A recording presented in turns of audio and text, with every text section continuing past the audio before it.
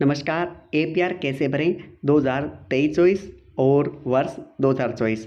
तो इसके लिए सभी कार्मिक यहाँ 3 लाइनिंग पे क्लिक करेंगे, एपीआर पे क्लिक करेंगे और यहाँ एपीआर डैशबोर्ड दिखाई देगा, इस पे आप क्लिक करें। ये इंटरफेस आएगा तो क्लिक करें, click to fill edit new APR. New APR पे क्लिक करेंगे तो यहाँ आपकी जानकारी दी होगी। इसमें किसी प्रकार की त्रुटि है तो पीओ साहब से संपर्क करें। उसके बाद ये इंटरफेस आता है जहां आपके विद्यालय की डिटेल होती है और आपको अपनी सेवा का प्रकार चूज़ करना होता है कि किस ग्रेड में आप हैं। तो यहाँ जैसे तृतीय श्रेणी पर क्लिक कर रहा हूँ। उसके बाद ये इंटरफेस आता है। शिक्षा विभाग के कार्मिक जो हैं उनके लिए यहाँ फ्रॉम डेट में भरना है 1 जुलाई 2023 और टू डेट में भरना है 30 जून 2024।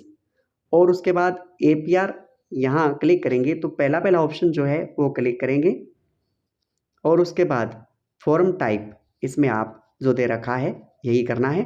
उसके बाद पोस्ट है आपकी अपने आप आ जाएगी और पोस्टिंग प्लेस में आपका जो पोस्टिंग स्थान है वो शो होगा, उससे आप सेव करेंगे। इसमें सबसे इंपॉर्टेंट बात आती है लीव फ्रॉम लीव टू। यहाँ किस प्रकार के अवकाश देने होते हैं, सीएल की डिटेल यहाँ नहीं देनी होती है। यहाँ आपको जो आपने लंबे अवकाश किसी प्रकार के ले रखे हैं तो आपको देने, जैसे WPL ले रखा है आपने, कोई PL ले रखी है, या ऐसे लॉन्ग टर्म जो अवकाश होते हैं वो आपको यहाँ डालने होते हैं। और अगर आपने अलग अलग प्रकार के अवकाश ले रखे हैं तो आप इनका रिकॉर्ड रखिए। भविष्य में जब आपका एसपी हो रही है तब चाहिए, लेकिन रिकॉर्ड में आप एक बार कोई भी उनमें से एक अवकाश डाल दीजिए। उसके बाद आपको यहाँ सेव पे क्लिक करना है।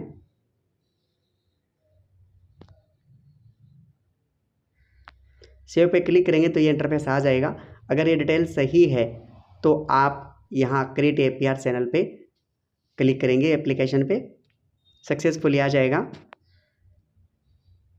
उसके बाद सबसे इम्पोर्टेंट बात होती है इन 3 अधिकारी का चयन करना, और इसमें अगर कोई त्रुटि करते हैं तो अपना एपीआर रिजेक्ट हो जाता है।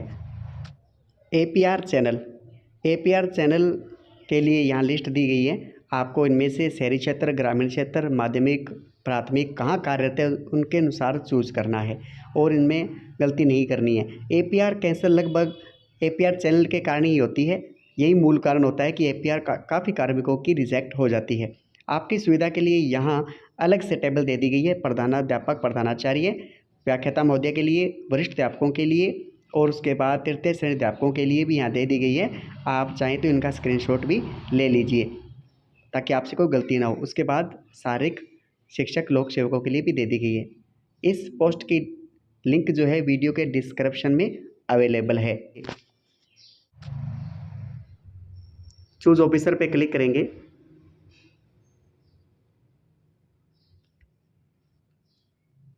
और यहाँ आप उनको मोबाइल नंबर से बाय एम्प्लॉय आईडी से कैसे भी सर्च कर सकते हैं। बाय मोबाइल नंबर करेंगे, अगर आपके पास उनके मोबाइल नंबर है तो आप उनको यहाँ मोबाइल नंबर डालेंगे तो उनका नाम एग्जैक्ट आ जाएगा। अब मोबाइल नंबर भी कई अधिकारी के पास डबल हो सकता है, आपसे बात कर रहे हैं या आपको दे रखा है वो घर के लिए हो और ऑफिशियली जो उनका रजिस्टर्ड मोबाइल नंबर है वो अलग हो, तो आप वो पता कर लीजिए। उसके बाद इस प्रकार आप तीनों अधिकारी का चयन कीजिएगा। जब आपके तीनों अधिकारी रिपोर्टिंग ऑफिसर, रिव्यूइंग ऑफिसर और एक्सेप्टिंग ऑफिसर यहाँ कंप्लीट हो जाए तब आपको फिर एप्लीकेशन पे क्लिक करना है। आप चाहें तो अभी तक इसे यहाँ डिलीट भी कर सकते हैं। फिर एप्लीकेशन पे क्लिक करेंगे। एपीआर का स्टेप 1 अधिकारी बनने के बाद यहाँ से स्टार्ट होता है, जो कि इंपॉर्टेंट है। देखिए, नामांकन, ठहराव और चाइल्ड ट्रैकिंग प्रगति आपको अपने विद्यालय से मिलती है, एचएम साहब से मिल जाएगी कि 2023-24 में आपको नामांकन का क्या टारगेट दिया गया था, वास्तविक उपलब्धियाँ उनमें से कितनी हैं, उपलब्धियों में कमी है, यहाँ आप NA टाइप कर सकते हैं। ठहराव यानी कि नामांकन आपका 5 का था, उसमें उपलब्धियाँ 3 की रही हैं और ठहराव जो है उनमें से 3 बच्चों का ठहराव रहा था। तो इस प्रकार ये आप अपने एचएम साहब से पूछ के फिल करें कि पिछले बार का रिकॉर्ड था, आपको लक्ष्य कितना दिया था, उनमें से कितने बच्चे आपके वहाँ वर्ष भर रहे, ठहराव रहा।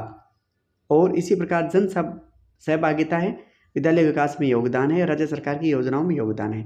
आपने पूर्ण शो किया है तो 100 और 100, उसके बाद लास्ट वाले में NA टाइप कर दीजिएगा। उसके बाद सेव एज ड्राफ्ट। अब उसके बाद बात आती है यहाँ परीक्षा परिणाम की। प्रत्येक साल का परीक्षा परिणाम मायने रखता है और यहाँ आपके पास सिर्फ बोर्ड क्लास होगी। प्राइमरी वाले टीचर हैं वो 5वीं क्लास का रिजल्ट फिल करेंगे।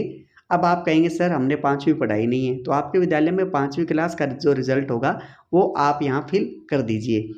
और उसके बाद 8वीं 10वीं 12वीं जो भी क्लास आपने पढ़ाई है 2023-24 में, वो रिकॉर्ड आप यहाँ दर्ज करेंगे। कुल विद्यार्थी कितने थे, उत्तीर्ण विद्यार्थी कितने हुए, वो आपको यहाँ फिल करना है। विषय जो भी आप पढ़ा रहे हैं तो ये रिकॉर्ड आपका यहाँ सेव हो जाएगा और डिलीट भी आप कर सकते हैं। अन्य शैक्षणिक उपलब्धियों का उल्लेख है, इनमें से कोई भी है तो ठीक है, वरना आप NONE या कोई नहीं भी टाइप कर सकते हैं। उसके बाद वर्ष के दौरान प्राप्त प्रशिक्षण का विवरण, ट्रेनिंग जो है आपकी ऑफलाइन हुई है वो आप यहाँ फिल कर सकते हैं, ऑनलाइन का रिकॉर्ड भी दे सकते हैं। कोई जो भी ट्रेनिंग आपने की है, प्रशिक्षण प्राप्त ऑनलाइन है ऑफलाइन है या किस प्रकार की ट्रेनिंग थी, उसका नाम, अवधि कितने दिन की थी, प्रशिक्षण से प्राप्त उपलब्धियों का उल्लेख, यानी कि आपने उस प्रशिक्षण से क्या सीखा, उसका मैटर क्या था या सब्जेक्ट क्या था, वो भी आप टाइप कर सकते हैं सेव।